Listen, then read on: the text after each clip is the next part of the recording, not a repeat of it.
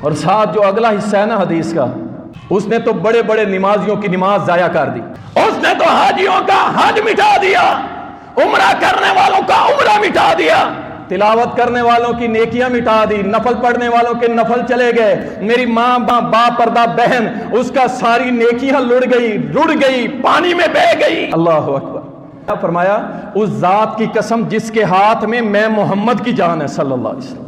یہ جملے میں وزن پیدا کرنے کی بات ہوتی ہے۔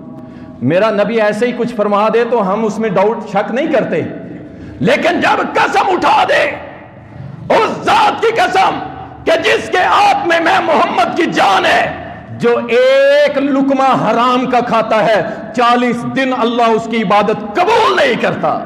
لے جی کر لے فیصلہ، اب حرام کھا کے حاجی صاحب ہر سال حج پہ جائے، کوئی حج نہیں، نمازیں 5 ٹائم پڑھتا ہے، کھاتا حرام ہے، گئی عبادت؟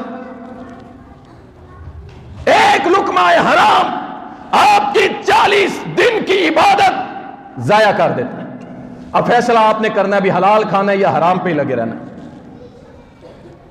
اور ساتھ ہی ایک اور بات فرما دی، فرمایا کہ جو جسم حرام پہ پلا بڑا ہو اس کا ٹھکانہ تو جہنم ہی ہوگی۔